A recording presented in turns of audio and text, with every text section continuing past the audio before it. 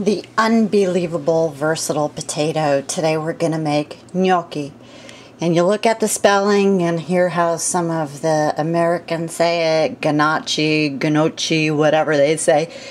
It is an Italian potato dumpling, peasant food. You will need potatoes, of course. These guys were sprouting, so that beckons me to cook with them. We have the golden in here and the regular standard baking potato. I like to cut back a little bit on the starch and use the golden. Traditionally, they just use a regular baking potato, whatever they have on hand.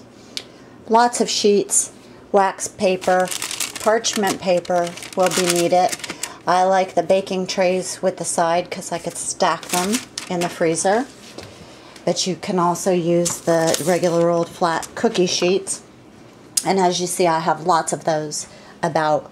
And you also need to sprinkle a little bit of flour on these to keep your dumplings from sticking. The mixer. We have our farm fresh eggs. I always like brown eggs. I know there's no real difference.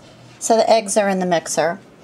This is my big bowl of blended flours.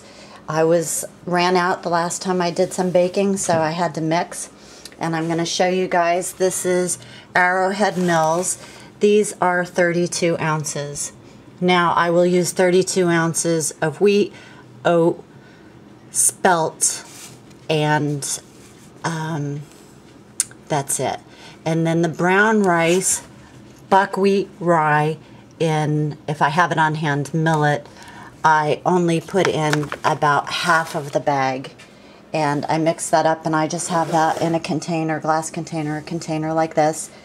And it's labeled mixed flours. And this is my all-purpose salt. And that's basically it. I'm going to cube boil the potatoes and mash them at my little hand masher here. And after the potatoes are nice and smooth, they are going to be added to the mixer and blend it with the eggs, flour, and salt into a dough. And then I'll be back to show you how to cut them, form them, and place them on the baking sheets. Traditionally, they were made fresh. My grandmother wasn't big on freezing a whole bunch of stuff. And she would have these on thin white cotton cloth, dust it with flour, and it would be set out to dry like any fresh pasta or dumpling. They like them to dry a little bit before they go into the boiling salted water, and it will float to the top when they're done. So I'm going to get this noisy mixer going, the dough mixed up so you can see the consistency, and then show you how to cut, roll, and mark them. Alright, talk to you guys later. Arrivederci.